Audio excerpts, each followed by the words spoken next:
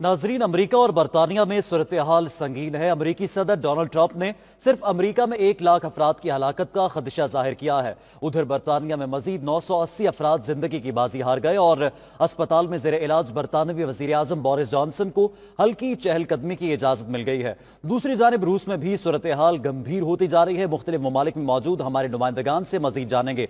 Washington से Khurram Shahzad, London से गुलाम हुसैन आबान और मॉस्को से शाहिद घुम्मन हमारे साथ मौजूद है। बात करते हैं मॉस्को की, जहां पर कोरोना केसेस में तेजी से इजाफा हो रहा है। शायद घुमन बताइएगा मॉस्को में क्या सूरत हाल है और माहिरीन इस हवाले से क्या बता रहे हैं।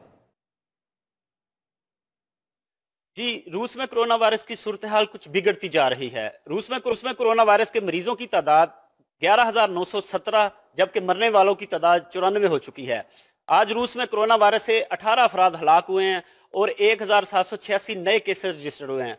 रूस में कोरोना वायरस का मरकज मॉस्को है। यहाँ पर अब तक 63 अफराद हलाक और 8,752 अफराद इस मूजी मर्ज का शिकार हो चुके हैं।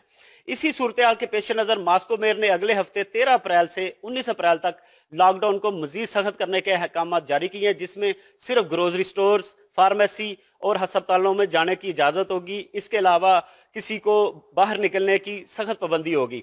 आज रूसी सदर व्लादिमीर पुतिन की जेर सदारत कोरोना वायरस के हवाले से एक आला सतही इजलास हुआ, जिसमें सदर पुतिन ने अस्पतालों और मरीजों के बिस्तर बढ़ाने के लिए 133 अरब रुबल जबकि वेंटिलेटर समेत तिब्बी सामान की खरीदारी के लिए 13 अरब रुबल मुख्तस किए हैं। रूसी सदर ने अवाम से अपील की है कि वो अपने आप को अलग थलग रखें और घरों से बाहर ना निकलें। जिस तरह आपने रूस में आने वाली पहली मुसीबतों का डट कर मुकाबला किया, मुझे उम्मीद है कि आप लोग कोरोना वायरस को शिकस्त देने में जरूर कामयाब हो जाएंगे।